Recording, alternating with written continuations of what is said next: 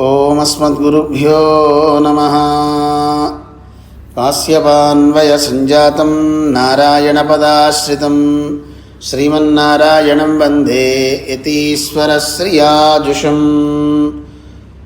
కౌశికాన్వయ సంజాతం వెంకటార్యతనూభవం వేదాంతాచార్య సచ్చిష్యం ఉడైవర్లుమహం భజే.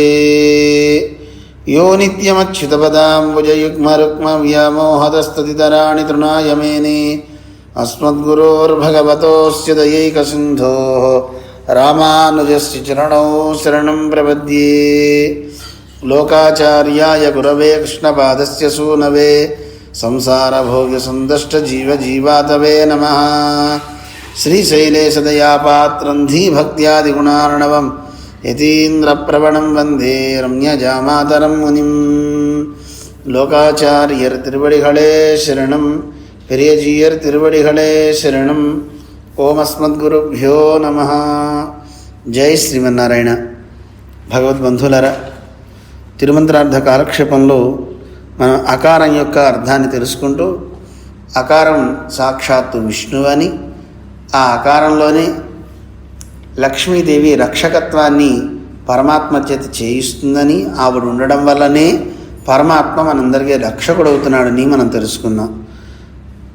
లక్ష్మీదేవి ఎంత గొప్పదో మనకి తెలియజేస్తూ, లక్ష్మీదేవి ఎప్పుడూ ఆ స్వామిని వదిలి ఉండదు అని నిరూపించారు. నిన్న మనం విన్నాం.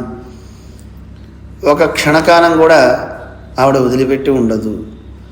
పుష్పానికి పరిమళం ఎలా అయితే వదలకుండా ఉంటుందో, ఒక మణికి ఉండే కాంతి లేదా సూర్యునికి ఉండే కాంతి సూర్యుని వదిలి ఎలా ఉండదో, అలా పరమాత్మకి అమ్మకి ఇద్దరికి కూడా అపృథక్ స్థితి అంటారు. పృథక్ అంటే వేరు అని అర్థం. అపృథక్ స్థితి అంటే వేరుగా ఉండేటువంటి స్థితి ఉండనే ఉండదు. ఇద్దరు కలిసే ఉంటారు. ఒక క్షణకాలం కూడా ఎడబాటు అనేది ఉండదు అని నిరూపించారు. అయితే తెలియజేస్తూ శ్రీగుండ్రత్న కోశంలో ఒక అందమైన శ్లోకాన్ని నిన్న మనకి తెలియజేశారనమాట. అయితే ముందు రామాయణంలో విషయాలు మనం విన్నాం. రామచంద్రుడు సీతమ్మ ఇరువురు మాట్లాడిన ఆ సందర్భాలు మనం విన్నాం. అనన్య రాఘవేణాహం భాస్కరేణ ప్రభాయత. రామచంద్రుడు నేను వదిలి ఉండను, సూర్యుడిని వదిలి కాంతి ఉండనట్లుగా మీ ఇద్దరం ఒకరినొకరు ఎప్పుడు అనుసరించి ఉంటాము అని చెప్పుకున్న విషయాన్ని విన్నాం. అనన్యాహి మయా సీత భాస్కరేణ ప్రభాయత అంటూ రామచంద్రుడు చెప్పినటువంటి మాటని మనం విన్నాం. వీరిద్దరికీ ఉండేటువంటి స్థితి అలాంటిది. పుష్పానికి పరిమళానికి ఉండేటటువంటి సంబంధం. అయితే ఈ సందర్భంలో ఒక చిన్న శ్లోకాన్ని భట్టర్ వారు మనకి అందించిన శ్లోకాన్ని ఇక్కడ మనవాళ్ళ మామను మనకు అందించారు. తవ స్పర్శాదీశం స్పృశతి కమలే మంగళపదం తవేదం నోపాధేః ఉపనిపతితం శ్రీరసియతః ప్రసూనం పుష్యంతీమపి పరిమళర్ధిం జగదిషు నచేవంత్వాదేవం స్వతత ఇది కశ్చిత్ కవయతే అని మనకి ఇందులో తెలియజేశారు. ఏం చెప్తున్నారు ఇందులో అంటే, అమ్మ హే కమలే ఓ లక్ష్మీదేవి, తవ స్పర్శాత్ మంగళపదం ఈశం స్పృశతి అన్నారు. అమ్మ నీ సంబంధం వల్లే పరమాత్మకి మంగళం అనేటటువంటి ఒక పదం ఆయన్ని స్పృశిస్తోంది. నువ్వే కనుక లేకపోతే మంగళం ప్రదం ఆయనకి ఉండదు. అందువల్ల నువ్వు ఎప్పుడైతే ఉన్నావో ఆయనకి మంగళప్రదం వస్తుంది. మంగళం అనే పదం నీకు ఉపాధేహే నా ఉపతితం అంటే ఉపనిపతితం, నీ మీద వచ్చి పట్టలేదమ్మా, అది సహజంగానే నీకు ఉంది. అంటే ఏదో కారణం చేత ఇది వచ్చిందండి అది వచ్చిందండి అని చెప్పుకుంటూ ఉంటాం కదా, అలా లేదమ్మా నీకు అని తెలియజేశారన్నమాట ఇందులో. అలా అమ్మా లోకంలో ఎవరికైనా సరే ఒక పుష్పాన్ని మనం తీసుకుంటే ఆ పుష్పానికి ఒక అతిశయం వస్తూ ఉంటుంది, గొప్పదనం. ప్రసూనం పుష్యంతీం పరిమళర్ధిం అపి జగదిషు.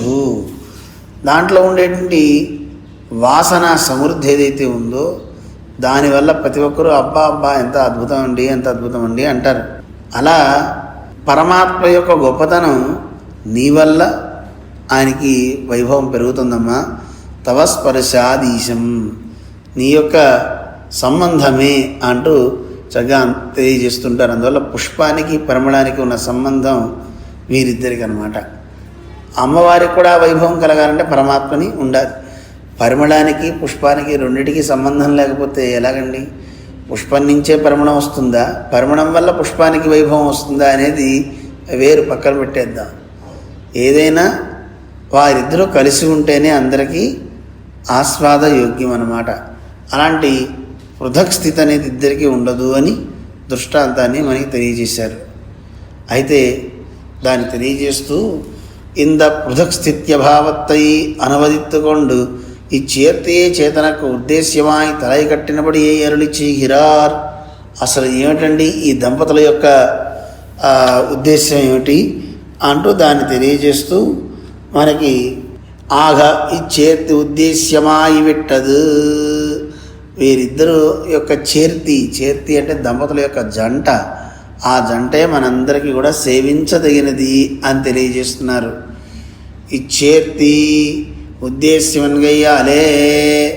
ఏమండి, వీరిద్దరిని ఆశ్రయించడం ఏమిటి, దాని గురించి తెలియజేస్తున్నారు ఇందులో. ఇవరగళై తనిత్తనియే విరుంభుగై ఉద్దేశ్యమన్నపడి, వీళ్ళిద్దరిని వేరువేరుగా కనుక ఆశ్రయించడం అనేది అంత ప్రభావం కాదు. ఇరువరయం పిరుత్తు విరుంబినాల్, ఇద్దరిని కలిపి ఆశ్రయిస్తే ఏమవుతుంది, అలా కాకుండా ఒక్కొక్కరిని ఆశ్రయిస్తే ఏమొస్తుందో తెలియజేస్తూ రావణ శూర్పణగై హళైకు పోరే అనర్థమే పరిక్కుమత్తనై. రావణాసురుడికి శూర్పణఖకి పట్టిన గతి పడుతుంది విడివిడిగా ఆశ్రయిస్తే. శూర్పణఖ నాకు సీత వద్దు, రాముడే కావాలి అని కోరుకుంది. ఏమైంది, ముక్కు చెవులు కోసేశారు. అలాగే రావణాసురుడు నాకు రాముడొద్దు, సీతయే కావాలని రామచంద్రుడి నుంచి దూరం చేసి సీతమ్మను అపహరించాడు. పోనీ సీతమ్మ దక్కిందా? లేదు, వాడి 10 తలలు కూడా ఎగిరిపోయినాయి. అందువల్ల కేవలం అమ్మే కావాలి అనుకుంటే తల ఉండదు, కేవలం స్వామే కావాలి అంటే ముక్కు చెవులు పోయి భంగపాటు కలుగుతుంది, అనర్థమే. అందువల్ల ఇరువరయం పత్తినాలిరే ఇద్దరిని పట్టుకున్నట్లయితే శ్రీ విభీషణాశ్వానై పోలే వాజళావదు. శ్రీ విభీషణుడు అంటే విభీషణ ఆళ్వాన్ అంటున్నారు. ఆ విభీషణుడిలాగా మనం ఉజ్జీవించవచ్చు. ఏమంటే విభీషణుడు ఎక్కడ ఆశ్రయించాడండి అనే సందేహం మనకు కలగచ్చు. ఆయన భార్య సరమ అని ఉంది ఆవిడ, అలాగే కుమార్తె అనల అంటారు. వీళ్ళిద్దరూ సీతమ్మకి సేవ చేశారు విభీషణుని యొక్క సలహా మేరకు. అందువల్ల సీతమ్మ యొక్క అనుగ్రహాన్ని విభీషణ ఆళ్వాన్ కూడా పొంది రామచంద్రుని యొక్క అనుగ్రహాన్ని పొందారు అంటున్నారు. ఇక్కడ విభీషణుడు అని పిలవట్ల, ఆయనకి ఆళ్వాన్ ఆయన చక్కగా అందంగా పెట్టారు. అందువల్ల ఇది మనకి తెలియజేస్తున్న అందువల్ల ఇద్దరు మనకి ఉద్దేశ్యము అని.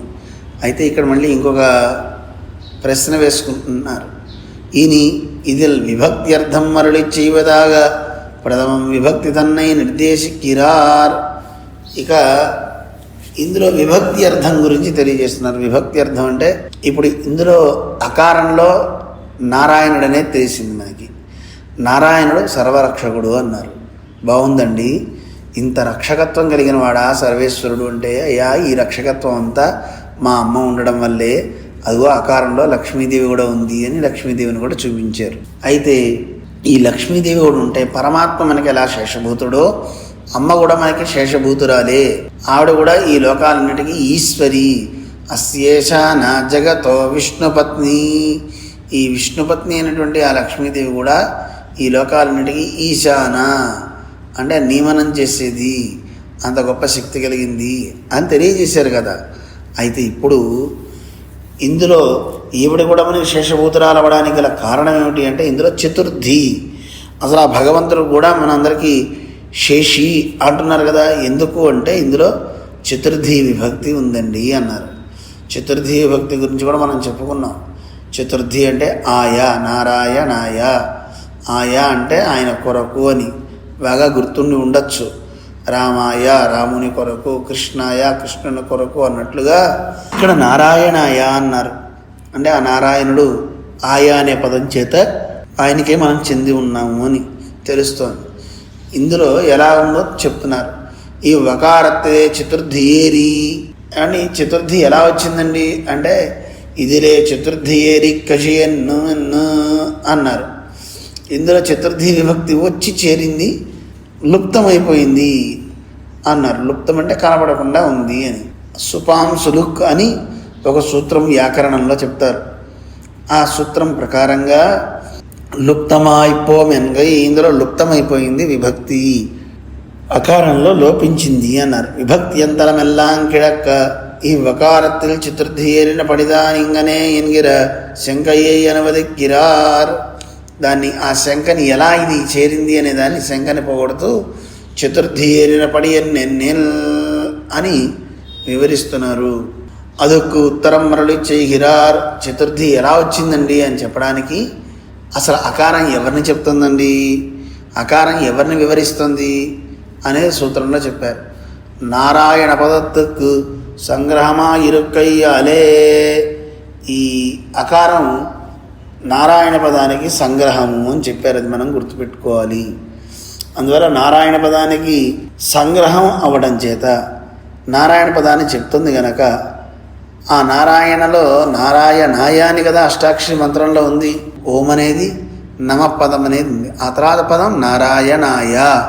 దాన్ని మనం విడదీసి చూపించారు. నారాయణ ఆయ. నారాయణ అనేది ఒక నామవాచకంగా మనకి చూపించేదిగో నారాయణుడు. అందులో విభక్తి కనుక చేరితేనే కదా మనకి తెలిసేది. ఇప్పుడు నారాయణం, నారాయణుని, నారాయణాత్, నారాయణుని వలన, నారాయణాయ, నారాయణ కొరకు మనకి విభక్తులు వస్తూ ఉంటాయి కదా. నారాయణుని చేత, నారాయణేన అని మనకి తెలుస్తుంది. అందులో ఆ విభక్తి ఉంటే ఆయన చేత లేదా ఆయన కొరకు ఏదో మనకి తెలిస్తే కనుక ఇక్కడ విభక్తిని తెలియజేశారు నారాయణాయ అనేది. అందువల్ల నారాయణాయ అనే పదం ఉంది కదా, ఆ ఆయా అనే పదం ఇందులో ఉంది కనుక ఆకారం నారాయణుని చెప్తుంది కనుక అందులో ఉండే ఆ పదంలో ఉన్న నారాయణాయ కూడా ఇందులో చేరిందండి. అయితే దీనివల్ల ఏం తెలుస్తుంది అంటే ఈశ్వరునకు ఇత్తాల్, ఈశ్వరునకు శేషమెన్గిరదు. దీని చేత మనకి తెలిసేది ఏమిటి అంటే సర్వేశ్వరుడికి మనందరం శేషభూతులం, ఆ స్వామికి సేవ చేయడానికి మనందరం ఉన్నాము అంటున్నారు. దాన్ని వివరిస్తున్నారు. ఇది దాని తాదర్థే చతుర్థియాగయ్యాలే. ఈ చతుర్థియాల్ ఈశ్వరునకు శేషమెన్నమిడం సొల్లిగిరదన్గై. దీని చేత ఏం తెలుస్తుంది? తాదర్థే చతుర్థి అంటే చతుర్థి విభక్తి ఆయా అన్నాం అనుకోండి. ఇప్పుడు కొరకు అని అర్థం. కొరకు అంటే పుస్తకం ఆయన కొరకు, ఫలం ఆయన కొరకు, ఈవిడ ఆయన కొరకు అని తెలుస్తుంది కదా. ఈ ఆయా అనే పదం చేత ఎవరి కొరకో ఎవడో ఉన్నాడు అని తెలుస్తుంది. అది మనం గుర్తుపెట్టుకోవాలి. ఇది ఒకరికి చెందింది అని తెలుస్తుంది. ఈ పుస్తకం ఆయనదండి, ఆయన కొరకు ఉంది ఇది పుస్తకం, ఈ ఇల్లు ఆయన కొరకే ఉందండి అంటే ఇంకోటి కాదు అని అర్థం అన్నమాట. అందువల్ల ఇక్కడ ఈ ఆయా అనే పదం ఈ విభక్తి చేత ఏం తెలుస్తుంది? నారాయణాయ నమః అని మనం అష్టోత్తరం చదివేటప్పుడు ఓం రామాయ నమః అంటున్నాం. రామా నీ కొరకే నేనున్నా, నాదేం లేదు, నాదేది కాదు, అంతా నీదే, నీకోసమే నేనున్నా. ఆ ఆయా అనే పదం చేత మనకేం తెలుస్తుందంటే మనం ఆయనకి చెంది ఉన్నాము అని తెలుస్తుంది. ఆయన కొరకే మనం ఉన్నామని చెప్తుందన్నమాట. అందువల్ల ఇందులో చెప్తున్నారు తాదర్థే చతుర్థి అని. అంటే ఆయన కొరకే, ఇది ఎవరి కొరకో ఒకటి కోసం ఉంది అంటే శేషభూతమై మనందరం ఉన్నాము అని తెలుస్తుంది. ఇంతకీ శేషం అంటే ఏమిటండి? అది కూడా తెలియాలి కదా. శేషభూతము అంటే ఇప్పుడు చూడండి, మనం భోజనం చేయడానికి అన్నాలు పదార్థాలన్నీ ఉంటాయి. అవన్నీ మనం అనుభవించడానికి ఎలా ఉన్నాయో అలాగే చందనం, తాంబూలం, వస్త్రాదులు ఇవన్నీ మనకి సంతోషాన్ని ఇవ్వడం కోసం ఆ వస్తువులన్నీ ఉన్నాయి. అందువల్ల అలా మన ఆనందం కోసం ఉన్న వస్తువులన్నింటినీ శేషము అంటారు. వాటిని భోగించే మనని శేషి అంటారు. ఇది బాగా గుర్తుపెట్టుకోండి. అందువల్ల శేషము అంటే ఎవరినో ఒక వ్యక్తిని ఆనందింపజేయడానికి ఉన్న వస్తువుని శేషము అంటారు. అందువల్ల మనందరం శేషభూతులం.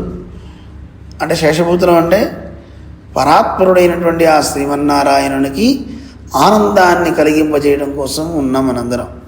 అందువల్ల మనందరం శేషభూతులమని ఇందులో మనకి తెలియజేస్తున్నారన్నమాట. అయితే ఇక్కడ ఇంకో సందేహం కూడా వచ్చింది. ఏమండి, శేషత్వం అంటే మాటలు అనుకున్నారా? శేషత్వం అనేది సామాన్యం కాదండి. శేషత్వం వల్ల దుఃఖం కలుగుతుందండి. శేషత్వం దుఃఖరూపమాగమన్నో నాటిల్ కాణ్గెరదెన్నెల్. శేషత్వం అంటే దాస్యం చేయడం కదా, సేవ చేయడం కదా. సేవ అంటే దుఃఖరూపం కదా. ఇప్పుడు ఒక వ్యక్తికి డబ్బులు ఇచ్చి రోజు ఇంటి పని చేయరా అన్నారనుకోండి, ఇంటి పని, వంట పని, ఒంటి పని, కాళ్ళు పట్టరా, ఒళ్ళు పట్టరా, ఇల్లు ఉడవరా అన్నాం అనుకోండి, వాడికి ప్రేమ కలిగితే వచ్చి చేయడం వేరు. కానీ మనం బలవంతంగా చేయించామనుకోండి, వాడికి ఏమనిపిస్తుంది? ఏడుస్తూ చేస్తాడు.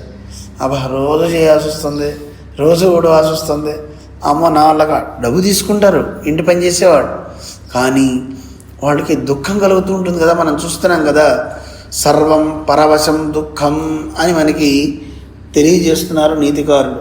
సర్వం పరవశం దుఃఖం సర్వం ఆత్మవశం సుఖం ఇది విద్యాత్ సమాసేన లక్షణం సుఖ దుఃఖయో అని మనుస్మృతి చెప్తోంది. ఏమని చెప్తున్నారు? ఎవడి కిందో ఉండి సేవ చేస్తే అది దుఃఖం కదా, అదే స్వతంత్రంగా ఉంటే అది సుఖం కదా. అందువల్ల మీరే చూడండి, దాస్యం అనేది అంత మంచిది కాదనేది లోకంలో చూపిస్తున్నారు కదా అని పూర్వపక్షం అన్నమాట ఇది. అంటే ఇది మన సంప్రదాయస్తులు చెప్పే మాట కాదు, మనుస్మృతిలో ఇది ఉంది కదా, మనం చూస్తున్నాం కదా అని అంటే, అబ్బాయి అది బయట రానాయనా అని చెప్పి దానికి వివరిస్తున్నారనమాట. అంటే ఇష్టం లేని చోట ఎక్కడో చేస్తే అది దుఃఖంగానే ఉంటుంది. దానికే సూత్రం తెలియజేస్తున్నారు. అంద నియమం ఇల్లై ఉగంద విషయత్తుకు శేషమా ఇరుక్కు మిరుప్పు సుఖమాగ కాణ్గయ్యాలే అని తెలియజేస్తున్నారు. ఏమండి, సేవ అనేది స్వవృత్తిరాఖ్యాత తస్మాత్తాం పరివర్జయేత్. సేవ చేయడం అంటే అది కుక్క లాంటి వృత్తి అండి. కుక్క చాకరీ ఎవడు చేస్తాడు అంటుంటారు. వీడి దగ్గర కూర్చొని సేవ చేయడం ఏంటండి?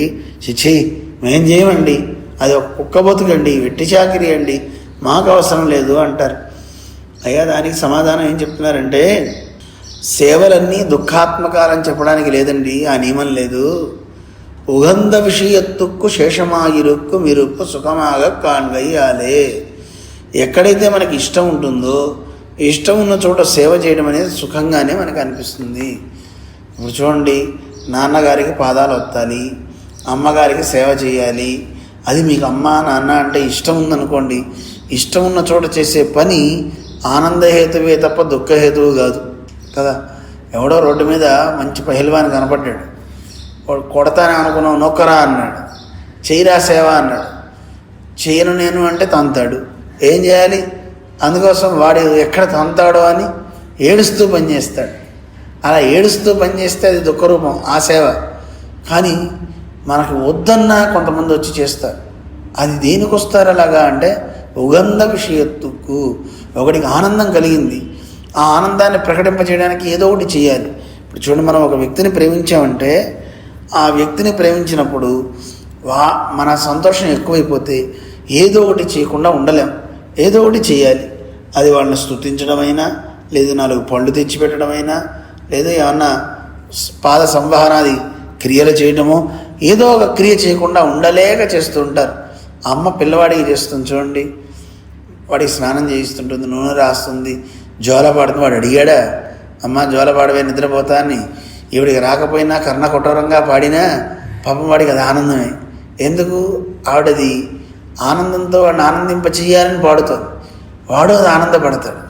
అందువల్ల తల్లి పిల్లవాడికి చేసేటువంటి సేవ దుఃఖరూపం కాదే.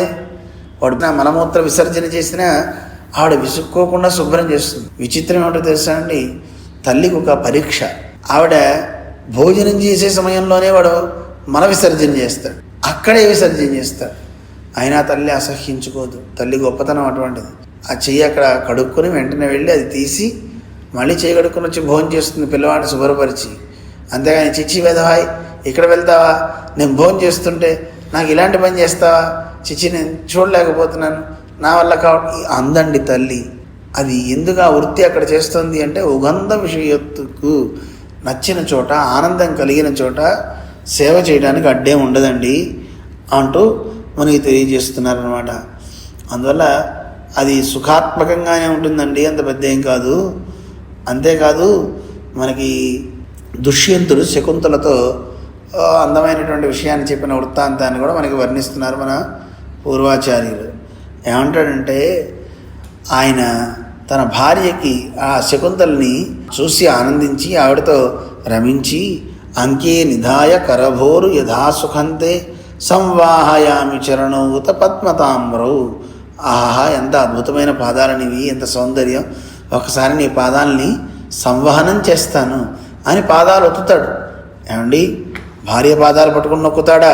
ఛీ, ఎంత దుఃఖం ఇది అంటారా? ఉగంధ విషయత్తుకు వాడికి అక్కడ నచ్చింది, ఆ ప్రేమతో ఉన్నాడు. అది ఆ దాస్యం కుక్క చాకరీ అంటారా? అనరు కదా. అందువల్ల ఎవరికి ఎక్కడైతే గనక అనిపిస్తుందో అక్కడ చేయడం అనేది దోషమేం కాదండి అని చెప్తూ చాలా అందంగా లోకంలో నాడు తన్నిల్ పణిమిన్ తిరువరల్ ఇత్యాదిపడియే అభిమత విషయత్తుకు శేషమాయిరుక్కుం இருப்பு சுகரூபமாக காண்கையாலே శేషత్వమాగిల్ దుఃఖరూపమాయిరుక్కుమిన్గిర నియమమిల్లై. శేషత్వమే దుఃఖరూపం కాదండి అని చెప్పారు. ఎందుకు అంటే, ఆళ్వార్లు తిరువిరుత్తంలో నమ్మాళ్వార్లు ఒక అందమైనటువంటి పాసుల్లో మనకి తెలియజేశారు. ఏమని చెప్తున్నారు? పణిమిన్ తిరువరులెన్ను అంశీద పైంపూం పళ్ళి అణిమిన్ కుజలారి పక్కల్ యమదుండార్ అంటూ ఆయన అందంగా ఒక పాసంలో చెప్తున్నారు. చాలా లోకంలో అందమైనటువంటి అలంకారాలు చేసుకుని పెద్ద పెద్ద కొప్పులు కలిగినటువంటి స్త్రీలను చూస్తే వాళ్ళతో సంశ్లేషించాలని, ఆనందించాలని అలా ముందుకు వెళ్తూ ఉంటే ఆ స్త్రీలు వాళ్ళని పట్టించుకోరట. వాడు చిన్న గుడ్డముక్క కట్టుకుని వెళ్తాడట. కట్టుకుని అలా వెళ్ళి వాళ్ళ ముందు పళ్ళు ఎకిలిస్తూ ఉంటాడట. ఎకిలిస్తూ ఉన్న వాళ్ళు పట్టించుకోరు, అలా వెళ్ళిపోతుంటారు. అయినా వాడు అలా పోతూ ఉంటాడు. అంటే ఆ సంశ్లేషణాది సుఖాన్ని పొందడం కోసమని వాడు అలా వెళ్తున్నట్లుగా అభిమత విషయత్తుకు ఎవరికైనా అభిమతం ఉంది అనుకుంటే ఆ అభిమతం ఉన్న చోటకి వెళ్ళి సేవ చేయడం అనేది అది పెద్ద దుఃఖరూపం కాదండి అని తెలియజేస్తున్నారు.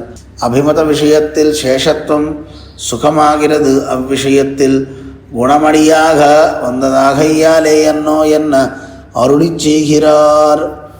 అంటే ఒక విషయంలో, ఒక వ్యక్తి విషయంలో కానీ దేని విషయంలో అయినా ఇష్టం గనక ఉంటే దాసులవటం అంటే అక్కడ దాసత్వం చేయటం సుఖమే తప్ప అదేం కాదు, వేరుగా దోషం కాదు.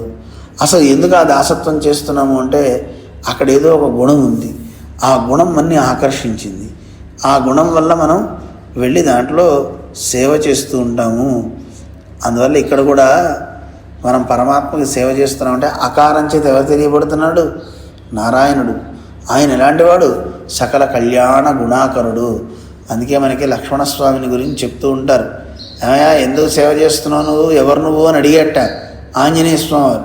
అడిగితే అప్పుడు ఆయన చెప్తాడు, అహమస్య అవరోభ్రాత గుణైర్దాస్యముపాగత. ఆయన లక్ష్మణస్వామి రాముల వారి వస్త్రాలన్నీ పట్టుకున్నాడు, బుట్ట పట్టుకున్నాడు. పిటకాదరహ అంటారు, ఖనిత్ర పిటకాదరహ. చేతిలో ఒక గొడ్డలి పరుగు ఉందట, ఒక బుట్ట తట్ట ఉందట. ఎందుకు? తవ్వుకొని కందమూలాలన్నీ వేసుకోవాలి. దాంతోపాటు రాముల వారి వస్త్రాలు, ఆయన వస్త్రాలు అన్నీ పట్టుకుని ఉన్నాడు. అవన్నీ ఆయనే మోసేది కదా. ఇన్ని చేస్తున్నాడు. ఎవరయ్యా నువ్వు అని అడిగితే అప్పుడు లక్ష్మణస్వామి చెప్పాట, ఈయన రామచంద్రుడు అంటారండి, ఆయన విషయంలో ఆయన భావించేది నన్ను తమ్ముడుగా, కానీ నేను ఆయన తమ్ముడని నేను అనుకోవట్లేదు. ఏమనుకుంటున్నాను? గుణైర్ దాస్యముపాగత. నా అన్నలో ఉన్న గొప్ప గుణాలు ఇన్ని అని చెప్పడానికి వీల్లేవండి. ఆయనలో ఉండే మంచి గుణాలకి నేను క్రీతుణ్ణైపోయా, అంటే ఆయనకి సొంతం అయిపోయా, అమ్మబడిపోయినట్టుగా నేను ఆయనకి దాసుణ్ణి అయిపోయాను. అందువల్ల అటువంటి గొప్ప కళ్యాణ గుణాలు కలిగిన వాడండి నా అన్న. అందుకే మా అన్నను వదిలి ఉండను, ఆయనకి సేవ చేస్తూనే ఉంటాను, నేను దాసుణ్ణి అని చెప్పుకున్నాడు లక్ష్మణస్వామి. మరి లక్ష్మణస్వామి దాసుడైతే రాముడు ఎవరండి? యజమాని. అందువల్ల ఆయన నాకు యజమానండి అని తెలియజేశారు. అదావదు ఈశ్వరునుடைய రక్షకత్వ ప్రతిపాదకமான அகாரத்திலே அந்த யோகியான கல்யாண குணங்களை சொல்ல கையாலே ஈஸ்வர நியமமான இந்த சேஷத்துவம் அந்த குணங்களடியாக வந்ததென்கை ஆகையால் இதுவும் சுகரூபமாயிருக்கு కురయిల్లై ఎన్న కరుతు. పరమాత్మ మనందరికి రక్షకుడు అని అకారంచే తెలియస్తుంది. అకారార్థో విష్ణు జగదుదయ రక్షా ప్రళయకృత్, ఈ జగత్ సృష్టి స్థితి లయాలన్నింటినీ చేసి రక్షిస్తున్నాడు ఆయన, ఆకారం చేత తెలుస్తుంది అని మనం విన్నాం. అలాంటి రక్షణ చేయాలి అంటే లక్ష్మీదేవి ఉండడంతో పాటు ఆయనలో కూడా కొన్ని కళ్యాణ గుణాలు ఉన్నాయి. ఏమిటా కళ్యాణ గుణాలు? గుణమడియాగా అన్నారు కదా, కళ్యాణ గుణంగల్ అన్నారు. ఆయనలో ఉండేటి గుణమడియాగా అంటే ఆ గుణాలు ఏమేంటివి? సౌందర్యం, అనువర్తన, మధుర భాషణ, ఆయనలో ఉండేటి సౌందర్యం, మంచి నడవడిక, మంచి మధుర భాషణము, ఇలాంటివన్నీ కూడా గుణాలే. ఏ కళ్యాణ గుణాల గురించి చెప్దామా? ఏమిటవి? కారుణ్య, వాత్సల్య, సౌశీల్య, సౌలభ్య, స్వామిత్వ, జ్ఞాన, బలైశ్వర్యాదులు అని మనకి వివరించారు. ఆయనలో పరమ దయ ఉందండి, అదొక గుణం. అలాగే ఎన్ని దోషాలు చేసిన వాడినైనా సరే ఆ దోషాలన్నింటినీ భోగ్యంగా స్వీకరించే వాత్సల్యం అంటారు. ఆ వాత్సల్యం ఉంది ఆయనలో. సౌలభ్యం, ఎంతో గొప్పవాడైనా ఆ గొప్పతనాన్ని చూపించకుండా తన సులభుడై మన దగ్గరికి రావడం సౌలభ్యం. అయితే సులభుడుగా ఉన్నాడు కదా అనుకుని ఆయన తక్కువ వాడు అనుకోవడానికి లేదండి. అన్నిటికీ అందరికంటే కూడా ఆయన గొప్పవాడు స్వామి. అందువల్ల స్వామిత్వం ఆయనలో ఉంది. అయితే అంత గొప్పవాడు కదా, ఎక్కడో ఉంటాడులే పరమపదంలో మన్నేం చూస్తాడు అనుకోవడానికి లేదు. ఆయనకు అపారమైన జ్ఞానం ఉంది. ఆ జ్ఞానంతో ఎవడు ఎక్కడ ఏం చేస్తున్నాడో కూడా తెలుసుకోగలడు. ఆ జ్ఞానంతో పాటు ఇన్ని లోకాలని కూడా నియమించగలిగేటువంటి బలం ఆయన దగ్గర ఉంది. ఆ బలం అన్నింటినీ ధరించగలిగే బలం ఉంది. అన్నింటినీ నియమించి వాటిని పోషించగలిగే ఐశ్వర్యం ఆయన దగ్గర ఉంది అంటూ ఆయనలో ఉండే కళ్యాణ గుణాలన్నింటినీ తెలియజేశారు. ఈ కళ్యాణ గుణాలన్నీ ఆకారం చేత తెలియబడుతున్నాయి. అందువల్ల ఆకారం చేత తెలియబడేటటువంటి ఆ నారాయణుడు ఉన్నాడే, ఆయన విషయంలో అబ్బా నా దోషాలన్నింటినీ భోగ్యంగా స్వీకరిస్తున్నాడండి నా స్వామి, అయ్యో ఇంత గొప్పవాడా నా తండ్రి, ఆయన్నా నేను వదులుకుంటున్నా అని మనకు ఆయన మీద ప్రేమ కలుగుతుందట. కలిగి ఏం చేస్తాం? శేషత్వం చేస్తుంటాం, అంటే దాసత్వం చేస్తూ ఉంటాము. అందువల్ల ఈ కళ్యాణ గుణాలను చూసి మనకి ప్రేమ కలిగి ఆయన యందు దాసత్వం చేయడం అనేది దోషమేమీ కాదు. ఆగయ్యాల్ ఇదుவும் సుఖరూపమాయ్ ఇరుక్కు కొరయిల్లై. అందువల్ల ఇక్కడ ఇలాంటి కళ్యాణ గుణాలు కలిగినటువంటి ఆ స్వామిని సేవించడం కానీ, లేదా ఆ స్వామి యొక్క ఆ మార్గంలో నడవడం కానీ, ఆయనతో మధురంగా మాట్లాడడం కానీ, ఇలాంటివన్నీ కూడా సుఖంగానే మనకు ఉంటాయి తప్ప వేరే ఉండదండి. ఆయన గుడి సమ్మార్జనం, గుడి ఊడవడం లేదు. ఆయన ధరించిన మాలల్ని శిరస్సును ధరించడం, ఆఘ్రాణించడం, ఇవన్నీ చేస్తున్నాము అంటే ఆయన విషయంలో మనకి ఎంతో ప్రీతి ఉంది అని అర్థం. ప్రీతి ఉన్న చోట చేసే పని కైంకర్యమే అవుతుంది తప్ప అది బంధకం కాదు, అది వేరుగా ఉండదు అని తెలియజేస్తుంది. అందువల్ల ఇక్కడ ఏం దోషం లేదండి ఏం చెప్పారు. అయితే ఆనాల్ ఔపాధిక విధు స్వరూపమన్నే ఎన్న అరుళిచ్చేహిరార్. అంటే ఈ శేషత్వం అనేది, సేవ అనేది మనం చేస్తున్నామంటే మనకిది సహజమైన ధర్మమా లేక ఔపాధికమా? అంటే ఒక ఉపాధి చేత ఇది మనకి కలిగిందా అంటే అలా లేదండి, సహజంగానే మనకుంది. శేషత్వమే ఆత్మ ఒక్క స్వరూపం. ఆత్మకి స్వరూపం ఏమిటి అంటే శేషత్వమే, అంతే తప్ప అదో ఆయన నాకు కన్నాడండి అందువల్ల ఆయన నాకు తండ్రి కనుక నేను ఆయన నమస్కారం పెడతా, సేవ చేస్తా, ఆయన నాకు గురువు కనుక నేను వెళ్ళి సేవ చేస్తా, ఇలా ఒక ఉపాధి చేత మనకి కొంతమందితో సంబంధాలు ఏర్పడి వాళ్ళ విషయంలో మనం సర్వీస్ చేస్తాం, సేవ చేస్తున్నాం, ఇష్టమయ్యే చేస్తున్నాం. కానీ పరమాత్మ విషయంలో అలా కాదండి. ఇప్పుడు చూడండి, నాకు విద్య చెప్పాడు కనుక నేను సేవిస్తా, విద్య చెప్పకపోతే మనం వెళ్ళి సేవ చేయం కదా, ఆయన విషయంలో ఆనందం లేకపోతే. ఇలా ఏదో సంబంధం చేత మనకి ఒకరి మీద ప్రేమలు ఏర్పడతాయి. కానీ పరమాత్మ విషయంలో అలా కాదండి, నిరుపాధిక బంధువు. ఏ ఉపాధి లేకుండానే మనందరం ఆయనకి దాస్యం చేస్తూనే ఉంటాము. అందువల్ల ఇది పుట్టుకతో మనకుంది. పుట్టుక అంటే ఎప్పుడు పుట్టాం మనం? ఫలానా ఇయరండి అని చెప్పకండి, నవ్వుతారు వేదాంతులు. శరీరంతో కలిసి ఈ లోకంలోకి కనపడిన రోజున పుట్టినరోజు అంటారు.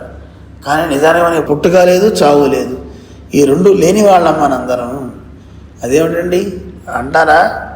ఆత్మకి మరణం ఉందా? ఆత్మకి పుట్టుక ఉందా?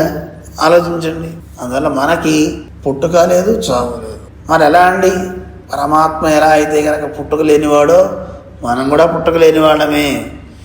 కానీ మనం వచ్చి బంధంలో పడ్డాం. మనం సహజంగా కూడా ఈ ఆత్మ అనేది పరమాత్మకి చెంది ఉంది. అందువల్ల మన స్వరూపం అంతా కూడా శేషత్వమే ఆత్మకు స్వరూపము. దాసత్వ భావన, దాసత్వంతో ఆయనకి సేవ చేయటమే మన స్వరూపము అంటారు. అందువల్ల ఇది బాగా మనం గుర్తించాలి. శేషత్వమే ఆత్మకు స్వరూపం, ఆత్మకి స్వరూపము అని తెలియజేశారనమాట. అటువంటి ఉగంధ విషయத்தில் இதன் சுகரூபத்துக்கு గుణకృత హేతువాగ చెల్లు వేయాలి. ఇందాక మీరు అన్నారు కదా, ఆనందించేటువంటి విషయాల యందు చేసే సేవ సుఖంగానే ఉంటుంది, అది గుణానికి ఒక హేతు అయి ఉంటుంది అని కూడా చెప్పారు కదా. అందువల్ల ఏమైంది? అంద గుణకృతత్వం ఇంగు ముండెన్ను మిడత్తు చొన్న ఇత్తనై యుజియ అర్ధస్థితిயை నిరూపిత్తాల్. మనకి ఆ గుణకృతత్వం, ఆ గుణాల వల్ల ఉండేటటువంటి సేవ గురించి కాస్త పక్కన పెడితే మన స్థితి ఏమిటండి? పరమాత్మ విషయంలో మనం ఎలా ఉండాలి అంటే దానికి శ్లోకాలు కొన్ని మనకి ఋషులు అందించినటువంటివి, వాటిని మనకి చూపిస్తున్నారు. స్వత్వమాత్మని సంజాతం స్వామిత్వం బ్రహ్మని స్థితం అంటూ ఒకటి. ఆత్మదాస్యం హరే స్వామ్యం స్వభావంచ సదా స్మర అని ఒక శ్లోకంలో, దాసభూతాస్వత సర్వే ఆత్మాన పరమాత్మన నాన్యథా లక్షణం తేషాం బంధే మోక్షే తథైవ చ ఇత్యాదిகளிலே ఇత్తయ్యాత్మావుకు స్వాభావికமாக சொல்லுகையாலே శేషత్వమే ఆత్మావుకు స్వరూపం ఎన్గై. ఇది చూసారా అండి? శేషత్వమే ఆత్మకు ఉన్నటువంటి స్వభావము అని కొన్ని శ్లోకాలు చెప్పారు. ఏమిటి అందులో? స్వత్వమాత్మని సంజాతం స్వామిత్వం బ్రహ్మణి స్థితం. స్వత్వం అంటే సొత్తు. ఎవరు? మనందరం ఆ పరమాత్మకి సొత్తులం మనందరం కూడా. ఆయన మనకి స్వామి, యజమాని, ఆయన వస్తువులం మనం. ఉభయోరేష సంబంధ నా పరోభిమతో మమ. మనకి పరమాత్మకి ఉన్న సంబంధం ఏమిటి? ఆయన స్వామి, మనం ఆయన సొత్తు. అందుకే మనం రామానుజ వారి పాటలో పాడుతూ, సొమ్ములు మేము స్వామివి నీవు రామానుజ అని కీర్తనలో పాడుకున్నాం కదా. మనం సొమ్ములైతే ఆయన స్వామి, యజమాని అన్నమాట. ఆయన ఇష్టం, ఆయన సొత్తును ఆయన ఏదైనా చేసుకోవచ్చు అన్నమాట పరమాత్మ. అలాగే సోజ్జీవనేచ్ఛా ఎదితే స్వసత్తాయాం స్పృహాయది ఆత్మదాస్యం హరే స్వామ్యం స్వభావంచ సదా స్మర. నిజంగా బాగుపడాలనుందా? స్వ ఉజ్జీవనేచ్ఛ ఎదితే, నిజంగా నీకు బాగుపడాలి అని అనిపిస్తే ఏం చేయాలి?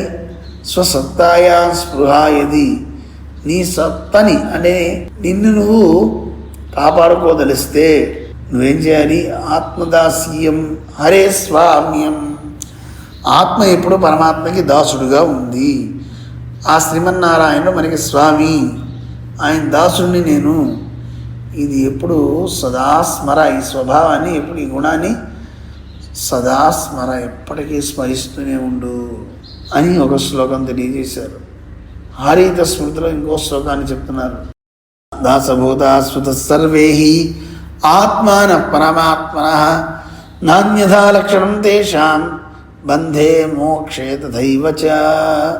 ఈ లోకంలో ఉన్నటువంటి భూతాలంటే సకల జీవులన్నీ కూడా ఆ పరమాత్మతో దాసత్వం అనేది ఎప్పుడు ఉంది. దాసభూత స్వత సర్వే మనకి అంటూ ఉంటారు కదా, వాడి స్వభావం అదేనండి అంటుంటారే. అలా మన స్వభావమే దాసత్వము.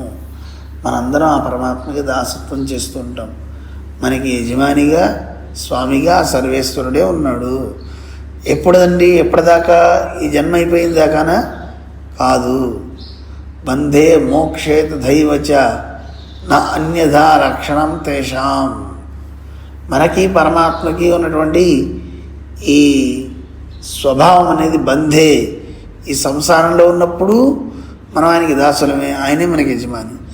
మోక్షే, మోక్షానికి వెళ్ళినప్పుడు కూడా మనం దాసులమే, ఆయన మన యజమానియే. అంతే తప్ప వైకుంఠానికి వెళ్ళిన తర్వాత అమ్మాయి హాయిగా ఉంటుందండి, ఈ పూజలు పునస్కారాలు లేకుండా అనుకోకండి. అక్కడికి వెళ్ళినా సేవ చేయాల్సిందే. ఇది మనకి తెలియజేశారు. ఇక శేషత్వం కనుక లేకపోతే ఏమవుతుందండి? పోతుందే మన స్వరూపం ఏమన్నా? అదే చెప్తున్నారు. శేషత్వం ఇల్లాద పోదు స్వరూపమిల్లై. శేషత్వం కనుక లేకపోతే మన స్వరూపం కాస్త పాడైపోతుంది అని మనకి తెలియజేస్తున్నారు. దాన్ని క్రమంగా తెలుసుకుంటూ ముందుకు సాగుదాం.